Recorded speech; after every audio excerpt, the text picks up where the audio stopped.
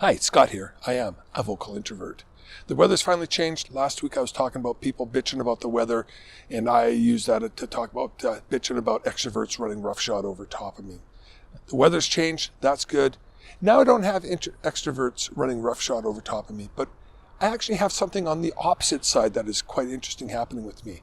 Is the last few months have been really, and I use the term, an angels and demon experience. Sometimes more demons, some angels, but it's been a rough run the last few months, so there's been a lot more demons.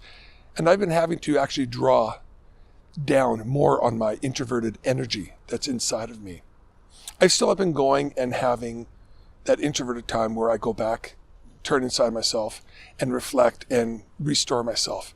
But the last little while, I have been drawing so heavily on my internal energy, my introverted energy, that when I go in there now, it's empty. The needle's past E. It's completely dry. And I think, how do I go about getting that energy back? Because whenever I do go and have some time to myself and turn back inwards, anything that I do put back into that tank just vaporizes and disappears. Much like pouring a glass of water into the desert and expecting the sands to turn into an oasis of green grass. It just disappears.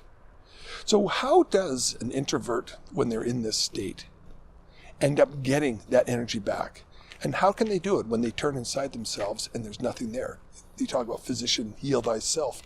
But in this case, the introvert can't heal thyself because they have nothing to turn back into. And when they turn back into themselves, they have nothing.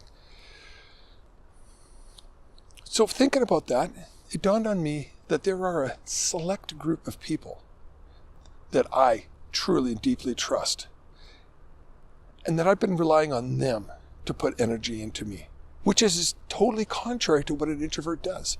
That's what an extrovert does. And I guess it's along that lines of a different spectrum as to how introverted a person is or how extroverted a person is. But in this situation, I've had to actually use some of my extroverted skills to go to talk to these people and say, you know what, just need to talk. And by doing that, that has primed the pump of my tank. And now there's something in there that I can start drawing on. And it's something that I can start building back up my tank on. But it's interesting how, as an introvert, I've actually had to use extroverted skills to become back to being a good, solid introvert.